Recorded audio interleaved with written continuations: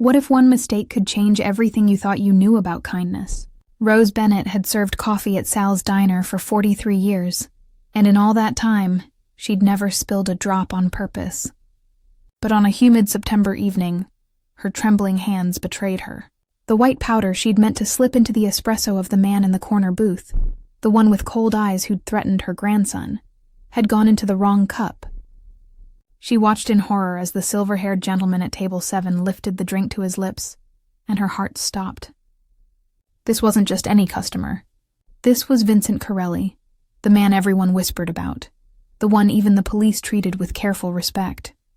Rose's breath caught as she rushed forward, her apron still dusted with flour from the evening's apple pie. "Sir," she whispered, her voice cracking, "I accidentally poisoned your rival's drink." She waited for rage, for violence, for the end of everything. His response would teach her something she'd never forget. "Where are you watching from tonight?" Rose had never imagined her life would intersect with men like Vincent Corelli. She'd grown up in a neighborhood where people looked out for each other, where Sunday dinners meant 3 generations crowded around a too-small table, and where problems got solved with conversation, not threats. She'd married her high school sweetheart, Tommy, and together they'd raised 2 daughters in a little house with blue shutters and a garden full of tomatoes. When Tommy passed 5 years ago, the diner became her refuge, the place where she knew every regular's order by heart and remembered their birthdays with a slice of pie. Her grandson, Michael, was 22 and full of dreams that seemed too big for their small neighborhood. He wanted to open a community center, a place where kids could learn music and art instead of getting pulled into the wrong crowds. Rose had watched him grow from a boy who scraped his knees climbing her apple tree into a young man with his grandfather's gentle eyes and stubborn determination. She'd been so proud when he'd secured a small business loan and started looking at properties. The future had seemed bright, full of possibility. Then Leo Russo came into the picture. Rose had seen men like Leo before, the kind who smiled with their mouths but never their eyes, who treated kindness like weakness. He owned several properties in the neighborhood, including the old community hall Michael had set his heart on. When Michael had approached him with a fair offer, Leo had laughed. Not just refused, but mocked him, told him that dreamers like him didn't belong in business. That might have been the end of it, just a disappointment to swallow and move on from, but Leo hadn't stopped there. He'd started spreading rumors about Michael, telling other property owners not to work with him, poisoning every opportunity before it could bloom. Last week, Leo had cornered Michael outside Rose's apartment building. She'd watched from her window, her blood running cold, as Leo had grabbed her grandson by his collar and made his threat crystal clear. Pay him protection money, or the community center would never happen. Worse, he'd make sure Michael's name was mud in every neighborhood from here to the bridge. Rose had seen the fear in Michael's eyes that night, the way his hands shook as he'd tried to reassure her everything would be fine. But she'd also seen something else, a flicker of resignation, the death of a dream, and it had broken something inside her. She'd never been a violent person. The very thought of hurting someone made her stomach turn, but as she'd lain awake that night, staring at the ceiling and thinking about her grandson's defeated expression, a desperate plan had formed. Leo came to the diner every Thursday evening, always sat in the same corner booth, always ordered the same espresso with 2 sugars. She knew an old friend who'd once mentioned having rat poison in her garage, left over from a problem years ago. Rose had never imagined she'd actually ask for it, let alone use it. But what choice did she have? The police couldn't help. Leo was too careful, never left evidence of his threats. And she couldn't just watch her grandson's spirit break. So she'd taken the small packet of white powder, hidden it in her apron pocket, and waited for Thursday evening. Her plan was simple: slip it into Leo's espresso when he wasn't looking, and let his own cruelty be his undoing. No one would suspect a 70-year-old waitress with flour permanently under her fingernails. She'd been so focused on her task, her heart hammering so hard she thought it might burst, that she hadn't noticed the seating arrangement had changed. The hostess, new and still learning the regular customers, had seated Vincent Corelli in the corner booth, Leo's usual spot. And Leo, arriving 10 minutes later, had taken table 7 by the window instead. Rose had been too nervous to notice until it was too late.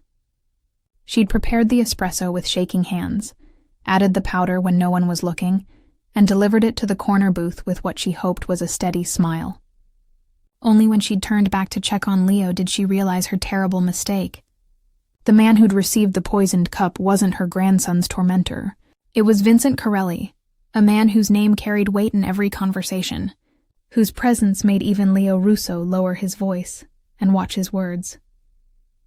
Vincent hadn't drunk from the cup yet, but his hand was reaching for it. Time seemed to slow as Rose made her decision. She couldn't let an innocent man, well, perhaps not innocent, but not her intended target, suffer for her desperation. She rushed forward, her voice breaking as she confessed her mistake, her crime, her utter failure at even revenge. She waited for his fury, imagining her daughter having to identify her body, Michael losing his grandmother to her own foolish attempt at protection. But Vincent Corelli simply set down the cup and looked at her with eyes that held something unexpected. Something almost kind. Vincent gestured to the empty seat across from him, his voice calm and measured. "Sit down, Rose." The fact that he knew her name sent a chill through her spine, though she couldn't say why she was surprised. Men like Vincent made it their business to know things. She lowered herself into the booth, her legs barely supporting her weight, and waited for judgment. "You want to tell me why a woman who's been serving honest coffee for 4 decades suddenly decides to poison someone?" he asked. The kindness in his question undid her. Rose had expected threats, anger, perhaps even immediate retribution. Instead, she found herself pouring out the whole story. Michael's dreams, Leo's cruelty, the threats, the hopelessness that had driven her to this desperate act.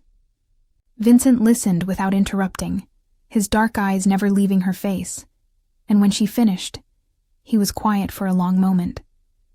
"Leo Russo," he finally said, and there was something in his voice that made Rose look up.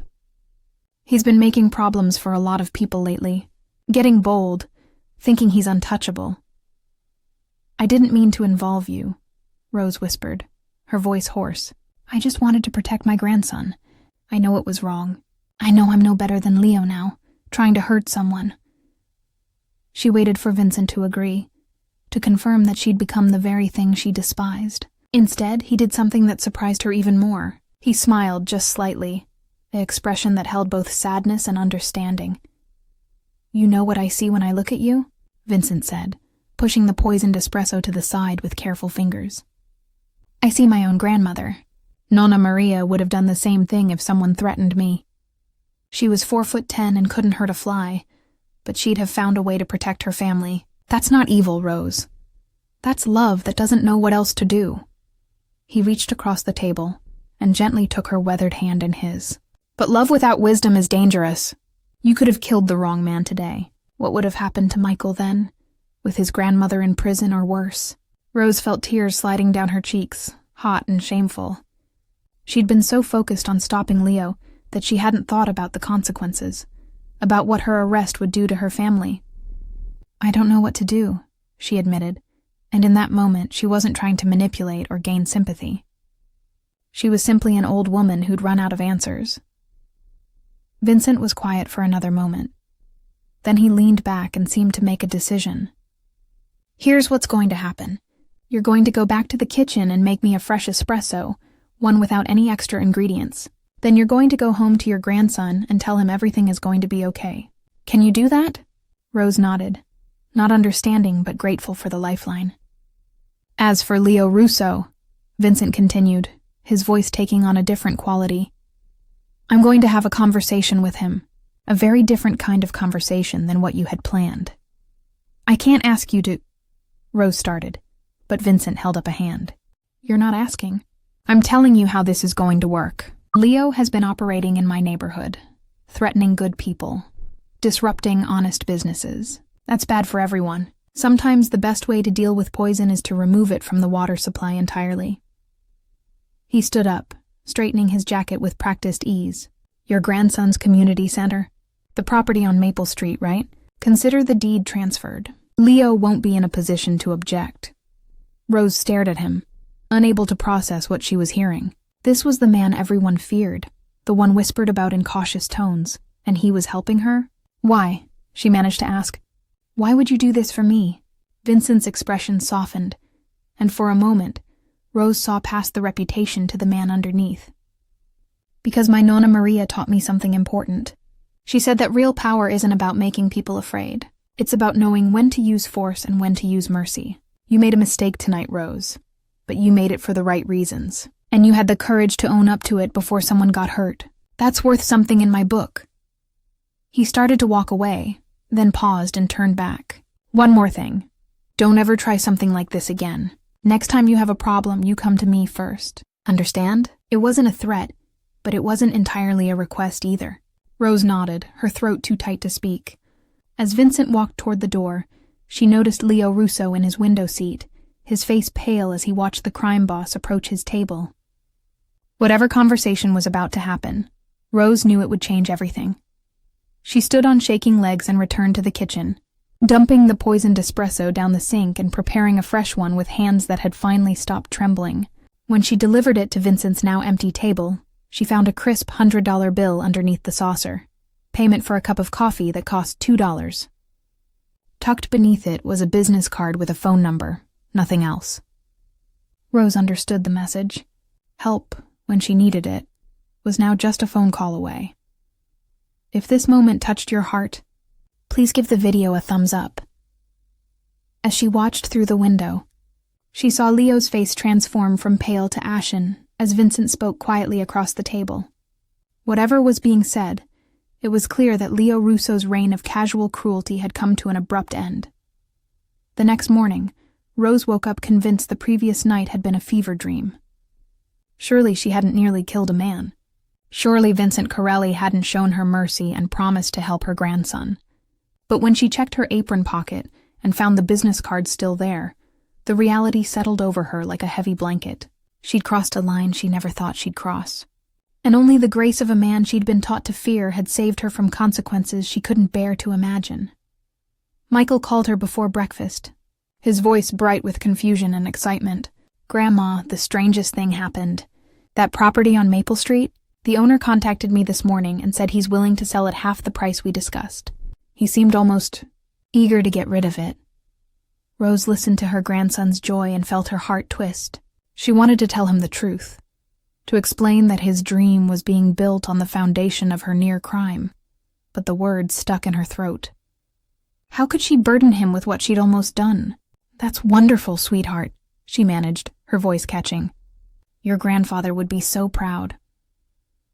And Tommy would have been proud of Michael, she thought.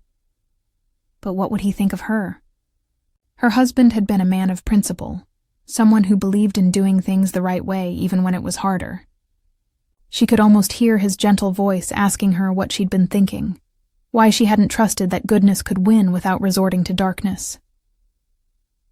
The diner felt different that day. Rose moved through her shift in a daze, pouring coffee and serving pie with automatic precision, while her mind replayed the previous evening over and over. Every time the bell over the door chimed, she looked up half expecting to see police officers or worse. But life went on as normal. The regular customers came and went, sharing their small joys and complaints, completely unaware that their familiar waitress had nearly become a murderer. Leo Russo didn't come in for his usual Thursday dinner. In fact, Rose heard through the neighborhood grapevine that Leo had suddenly decided to sell several of his properties and move to Florida for an early retirement. The rumor was that he'd had a change of heart about his business practices, though the way people whispered the news suggested they knew there was more to the story. No one seemed particularly sorry to see him go. Vincent returned to the diner 3 days later, sitting in the same booth and ordering the same espresso. When Rose brought it to him, her hand steady this time, he looked up at her with an expression that held both question and understanding. "How's your grandson?" he asked simply. "He's happy," Rose replied, setting down the cup with care. "He's already making plans for the community center. Art classes for the kids, music lessons, a safe place for them to grow." She hesitated, then added, "I haven't told him what I did. What I almost did." Vincent nodded slowly. "That's between you and your conscience. But I want you to understand something, Rose. What happened that night, That wasn't who you are. That was fear making decisions for you. We all have moments when we're pushed so far that we don't recognize ourselves. The measure of a person isn't whether they stumble, it's whether they can find their way back. Rose felt fresh tears threatening and blinked them back. I don't know if I can forgive myself, she admitted quietly. I was ready to take a life. Doesn't matter that it was the wrong cup. I had that poison in my hand, and I meant to use it. You also had the courage to stop it, Vincent reminded her. You could have stayed quiet, let me drink that coffee, and no one would have known. But you didn't. That choice, Rose, that's who you really are. Not the desperate woman with poison in her pocket, but the one who couldn't let an innocent person suffer. He took a sip of his espresso and smiled slightly. Besides, my Nonna Maria always said that people who can't forgive themselves are the most dangerous kind of arrogant. They think their judgment is more important than mercy. Have you ever faced something like this? A moment where fear pushed you toward choices you never thought you'd make? Let us know in the comments. Rose found herself smiling through her tears. Your grandmother sounds like she was a wise woman. She was, Vincent agreed. She's also the reason I do what I do the way I do it. Power without compassion is just tyranny, and tyranny never lasts. He stood up, leaving another generous tip, and paused before leaving. The community center. When it opens, I'd like to make a donation. Something in my grandmother's name. She would have liked knowing she helped build something good. The community center opened on a crisp October morning, 6 weeks after that fateful Thursday evening. Rose stood beside Michael as he cut the ribbon, watching his face glow with pride and purpose. The old building on Maple Street had been transformed. Fresh paint covered the walls. New windows let in floods of autumn sunlight, and the rooms that had once stood empty now held donated instruments, art supplies, and furniture contributed by neighbors who wanted to see the dream succeed. Above the entrance, a small brass plaque read, "In memory of Maria Corelli," who understood that real strength comes from lifting others up. Vincent had kept his word about the donation, and his contribution had covered most of the renovation costs, but he hadn't stopped there. Word had quietly spread through certain channels that this community center was under protection, that anyone who tried to interfere with it would answer to someone they didn't want to cross. The implicit umbrella of safety meant that Michael's dream could grow without fear of the kind of bullying that Leo Russo had specialized in. Rose had spent those 6 weeks wrestling with her conscience. She'd gone to church more regularly than she had since Tommy's funeral, sitting in the quiet sanctuary and trying to pray through her guilt and confusion. Father Sullivan, who'd known her since she was a girl, had noticed her troubled spirit during confession. She hadn't told him the specific details. Some things were too dangerous to speak aloud even in the sanctity of the confessional. But she'd confessed to having thoughts of violence, to acting on hate instead of faith, to nearly becoming something she despised. The old priest had listened with the patience of someone who'd heard every variation of human struggle. Then he'd said something that stayed with her.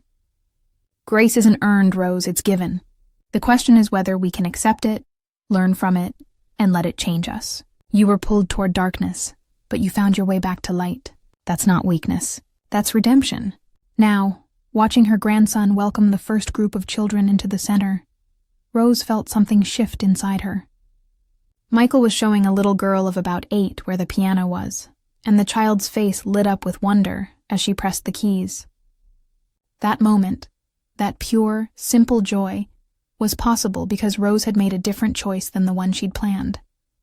She'd chosen confession over concealment, and in that confession, she'd found unexpected mercy. Vincent arrived late to the opening, accompanied by an elderly woman with silver hair and sharp, kind eyes. He introduced her as his mother, Lucia, and explained that she wanted to see what her mother-in-law's name had helped create. Lucia walked through the center slowly, taking in every detail, and when she returned to where Rose stood, there were tears on her weathered cheeks. Mama would have loved this, she said simply, taking Rose's hands in hers. She always said that the best revenge against cruelty is to create something beautiful. Rose felt understood in a way she hadn't expected. Here was another woman who'd lived through hard times, who'd probably seen her share of violence and struggle, yet who'd chosen to focus on building instead of destroying. They stood together in comfortable silence, watching the children explore their new space, and Rose felt years of tension begin to drain from her shoulders. That evening, after the crowd had dispersed and Michael was busy with final cleanup, Vincent pulled Rose aside. "I need you to know something," he said quietly. "Leo Russo didn't just decide to move to Florida on his own. Let's say I gave him a strong suggestion, backed by evidence of his various business improprieties that could interest the right authorities. He's gone, and he won't be coming back. But more importantly, he's not hurt. No violence, no threats, just uncomfortable truths, and a reminder that actions have consequences."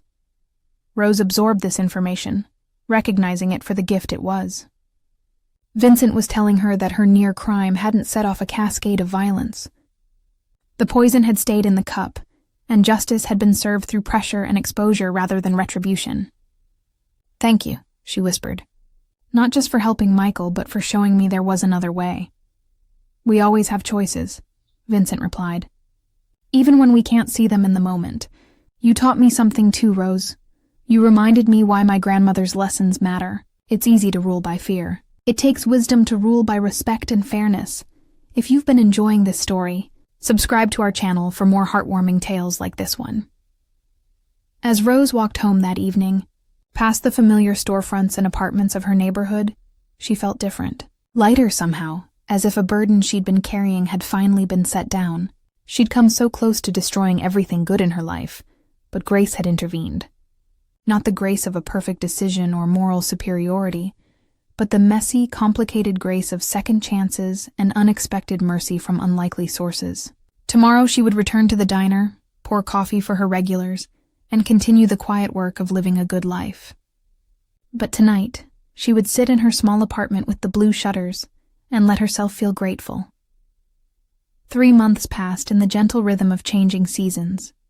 Winter settled over the neighborhood with its first snow, coating everything in pristine white. Rose continued her work at the diner, but something fundamental had shifted in how she approached each day. The regulars noticed she seemed more present somehow, more likely to pause and really listen when they shared their stories. She'd started keeping a small journal, writing down moments of beauty and kindness she witnessed, deliberately training herself to see light instead of focusing on shadows. Michael's community center thrived beyond anyone's expectations. The art classes filled up so quickly that they had to add evening sessions. Local musicians volunteered to teach guitar and drums. A retired teacher started a homework help program. Every week brought new faces, new dreams, new possibilities. Rose volunteered there on her days off, usually in the kitchen, preparing simple snacks for the kids. She'd discovered that she loved watching them create, seeing how a blank canvas or a new song could transform a child's entire countenance. Vincent became an unexpected but welcome presence in their lives. He'd stop by the center occasionally, always quietly, never drawing attention to himself. Rose noticed how the children responded to him, with respect but without fear. He had a way of asking them about their projects that made them feel truly heard, and his donations continued steadily, always made anonymously through his mother, but everyone knowing the real source. One snowy afternoon in December, Rose found herself sitting with Lucia Corelli in the center's small kitchen, both of them preparing cookies for the Christmas party planned for the following week. They worked in comfortable silence for a while before Lucia spoke. "Vincent told me what happened that night. What you almost did, and what you chose instead." Rose's hand stilled in the dough. She'd wondered if Vincent had shared the truth with his mother, and part of her had hoped the secret would remain buried. "I'm not proud of it," she said quietly. "Nor should you be," Lucia replied, but her voice held no judgment. "But you should be proud of what came after. My mother-in-law used to say that life doesn't ask us to be perfect. It asks us to be honest and brave enough to change when we're wrong." She shaped another cookie with practiced hands. "Do you know why Vincent became the man he is? Why he's different from others in his position?" Rose shook her head, curious despite her discomfort. "Because he watched his father rule by fear, and saw how it destroyed him from the inside. Fear makes you powerful, but it makes you lonely. Vincent learned from his grandmother that there's a better way, harder, more complicated, but better. When you confessed to him that night, you gave him a gift. You reminded him that his grandmother's way works, that mercy and wisdom can coexist with strength. Rose felt tears prickling at her eyes again. She'd spent so much time focusing on her own guilt and redemption that she hadn't considered she might have given something back to the man who'd shown her mercy. "I just wanted to protect my grandson," she whispered. "And now look what you've built instead," Lucia said, gesturing around the warm kitchen toward the sounds of children laughing in the other rooms. "Not just protection, but possibility. That's the difference between acting from fear and acting from love." The Christmas party was everything Rose had hoped it would be. The children performed songs they'd learned, displayed artwork that transformed the walls into a gallery of color and imagination, and shared stories about what the community center meant to them. Michael stood at the front of the room, thanking everyone who'd made his dream possible, and when he specifically mentioned Rose, calling her his inspiration and the bravest woman he knew, she felt her heart might burst. She caught Vincent's eye across the room, and he raised his cup of punch in a small private toast. She understood the gesture. It was acknowledgement of their shared secret, of the journey they'd both traveled from that fearful night to this moment of celebration. She raised her own cup in return, feeling finally at peace with what had happened and what had been prevented. That evening, as Rose locked up the diner after her shift, she stood for a moment in the quiet space and thought about how life unfolds in unexpected ways. She'd come so close to losing everything: her freedom, her integrity, her grandson's respect, perhaps even her life. Instead, through a combination of desperate honesty and unprecedented mercy, she'd found a kind of redemption she never could have imagined. The poison had stayed in the cup, and in its place had grown something beautiful and life-giving. She thought about Tommy, about what he would make of everything that had happened. She liked to think he would understand that his Rose had stumbled but hadn't fallen, that she'd made a terrible choice but found the courage to unmake it before irreversible damage was done. More than that, she hoped he'd be proud of what had grown from those ashes, not just the community center, but her own transformation from fear to faith, from desperate isolation to unexpected friendship. As she walked home through the softly falling snow, Rose pulled out her journal and made a mental note of what she'd write tonight. Learned today that grace is not about deserving. It's about accepting that we're all capable of darkness, and we're all capable of choosing light instead. The measure of a life isn't perfection, it's course correction. If you enjoyed this story, please remember to leave a comment with your thoughts about mercy and second chances, and subscribe for more heartwarming tales. Thank you for joining Rose on this journey. May you always find the courage to choose light, even in your darkest moments, and may mercy find you when you need it most.